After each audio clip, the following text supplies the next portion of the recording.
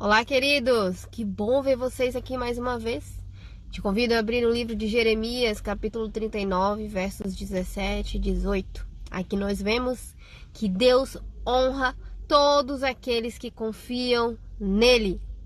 Queridos, nós vemos aqui no livro de Jeremias que este livro ele é marcado por mensagens de juízo e de chamados ao arrependimento para o povo de Judá.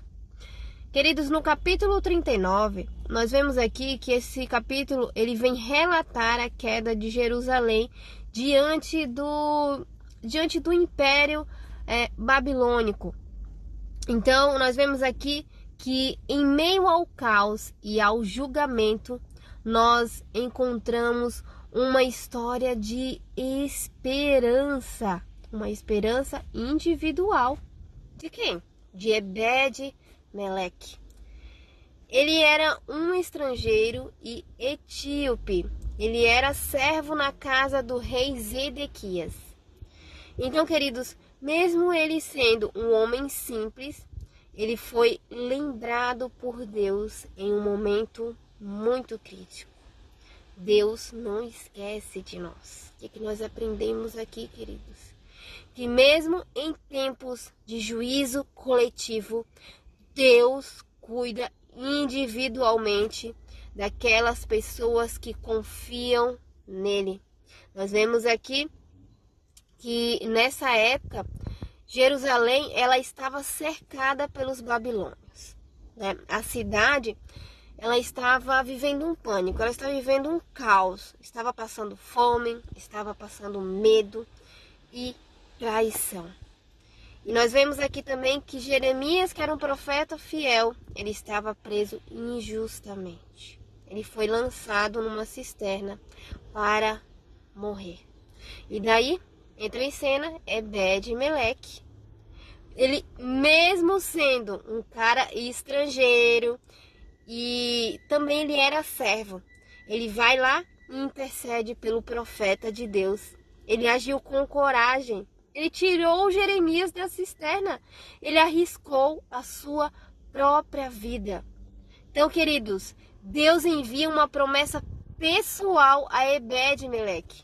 O que Deus enviou como promessa a Ebed-Meleque diante dessa atitude dele? Deus prometeu a ele livramento e preservação da vida dele diante do reconhecimento da fé dele. O que nós aprendemos aqui? Nós aprendemos que quando o mundo parece cair, parece que está tudo destruído, a fidelidade pessoal ainda é notada pelo nosso Deus. Nós tiramos aqui lições maravilhosas, né? Que Deus honra a confiança depositada nele. O nosso Deus é maravilhoso, ele é fiel. Você confia em Deus, ele te honra. Ele disse para Ebed-Meleque: por que confiaste em mim? Então a confiança de Ebed-Meleque não era em sua posição ou na sua força, mas a confiança dele estava em Deus. Em meio ao caos, em meio ao medo, ele acreditou que obedecer a Deus era mais seguro do que agradar aos homens. Como nós aplicamos essa história aos nossos dias, né? Aos nossos dias atuais, hoje. Então, queridos, hoje a nossa confiança não pode estar no sistema econômico, no sistema político ou na aprovação das pessoas. Em tempos de incerteza, de insegurança, quem confia no Senhor é guardado por Deus. Então, queridos, Deus guarda os seus em tempos de crise. Deus fala assim para você: eu, porém, te livrarei naquele dia. Ebed-Meleque, ele temia ser morto na invasão da Babilônia. Mas Deus conhecia a preocupação dele. O que Deus falou para ele? Deus prometeu livramento específico em meio ao juízo coletivo. Deus conhece os seus medos. E ele te promete livramento. Confia no Senhor. Mesmo diante de crises mundiais, essas crises não anulam a proteção de Deus sobre os seus filhos, sobre as pessoas que confiam nele. Ele tem livramentos pessoais, mesmo em cenários de destruição geral, mesmo que pareça que tudo vai ruir. Deus, ele tem livramento para você. Como na praga do Egito, onde os israelitas estavam guardados. Deus guardou eles. Então, queridos, a fidelidade a Deus traz recompensas maravilhosas. Mesmo que aos olhos humanos parece que naquela situação não vai ter livramento. Mas Deus protege a sua vida. A promessa não foi com relação às riquezas ou à promoção, mas Deus prometeu preservar a vida dele. Para quem confia em Deus, a vida é o maior tesouro. O maior tesouro não são as riquezas, mas sim a vida. Em muitas situações, o maior milagre não é ganhar algo novo, não é ganhar na loteria, gente, não é isso. Mas é ter a vida preservada para continuar cumprindo os propósitos de Deus na nossa vida. A fidelidade, ela pode não trazer aplausos humanos, tá bom?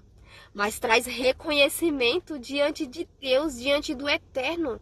Esse que tem que ser nosso maior objetivo, ter os aplausos de Deus.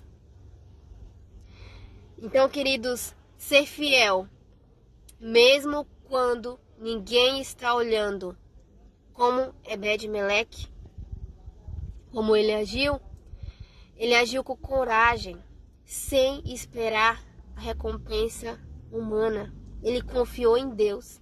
Então, confiar em Deus mais do que em sistemas humanos deve ser a nossa prioridade.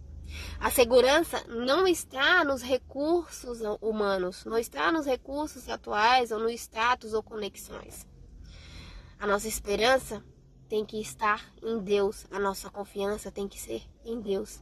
Esperar livramentos específicos de Deus. Queridos, Ele sabe o teu nome, Ele conhece o nosso nome, Ele sabe o nosso endereço e a nossa necessidade. Ele conhece cada pessoa. Nós devemos valorizar a nossa vida como o maior presente divino. Deus, Ele nos preserva não para a nossa própria glória, mas para nós cumprirmos o propósito dEle. Queridos, Deus nos criou para um propósito, para cumprirmos a vontade dEle. Então nós vemos nessa história que Ebed-Meleque nos ensina que a fé em Deus nunca passa desapercebida. Ele está olhando para você. Em um tempo de medo e destruição, ele recebeu uma palavra pessoal de livramento. Deus conhecia o medo dele. Deus foi lá e tirou todo o medo diante da confiança que ele tinha em Deus. Então, queridos, se nós confiarmos em Deus no meio da crise, nós seremos preservados. Mesmo que tudo ao redor te pareça ruir, parece que não vai ter jeito. Quem confia no Senhor nunca será abandonado. Coloca isso na tua cabeça. Quando vier tudo querendo dizer não, coloca na tua cabeça. Quem confia no Senhor nunca será abandonado. Então eu confio no Senhor, eu não vou ser abandonado. Vai dar tudo certo, querido. Confia em Deus acima do medo. Haja com coragem em favor da justiça, em favor da verdade. Deus está olhando para você. Descanse nessa promessa de livramento. Descanse nessa promessa de preservação de Deus. Deus, Ele te olha de longe. Ele não se esquece dos seus. O que Deus diz para você?